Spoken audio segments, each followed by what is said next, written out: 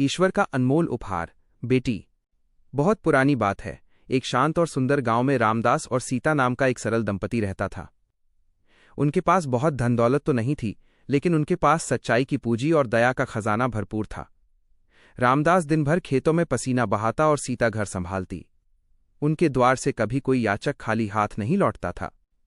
गांव वाले अक्सर कहते, किस्मत हो तो रामदास जैसी, भले ही जेब खाली है पर दिल बादशाहों जैसा है।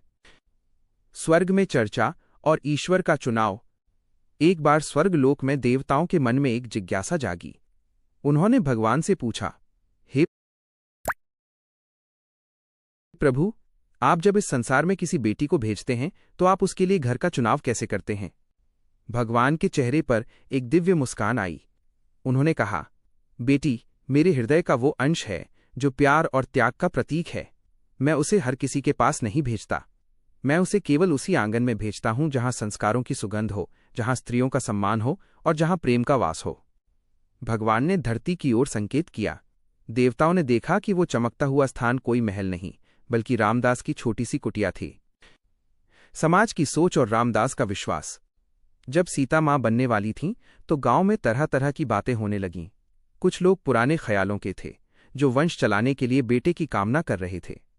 पर रामदास शांत था। उसका मानना था कि जो भगवान की इच्छा है वही उसका प्रसाद है। आखिरकार घर में एक नन्ही परी ने जन्म लिया। दाई ने बाहर आकर कहा, बेटी हुई है। सुनते ही कुछ चेहरों पर मायूसी छाई, पर रामदास की आंखों में चमक आ गई। उसने बच्ची को सीने से लगाया और कहा, ये सिर्फ मेरी बेटी नहीं, साक्षात लक्ष्मी है। उन्होंने प्यार से उसका नाम गौरी रखा। गौरी, गांव की खुशहाली का आधार। जैसे जैसे गौरी बड़ी हुई, उसके भीतर दया और समझदारी दिखने लगी।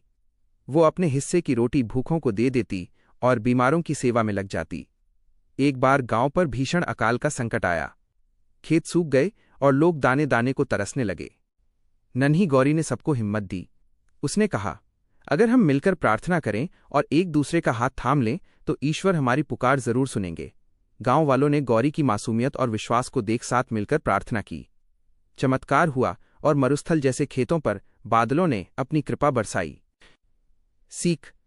गांव के बुजुर्गों को अपनी गलती का एहसास हुआ। उन्होंने रामदास से कहा, तुम सच कहते थे रामदास, बेटियां बोझ नहीं, बल्कि वो आशीर्वाद हैं जो पूरे समाज को खुशियों से भर देती हैं। निष्कर्ष, ये कहानी हमें याद दिलाती है कि बेटी का जन्म केवल उन्हीं घरों में होता है जहां उन्हें संजोने और सम्मान देने की शक्ति होती है।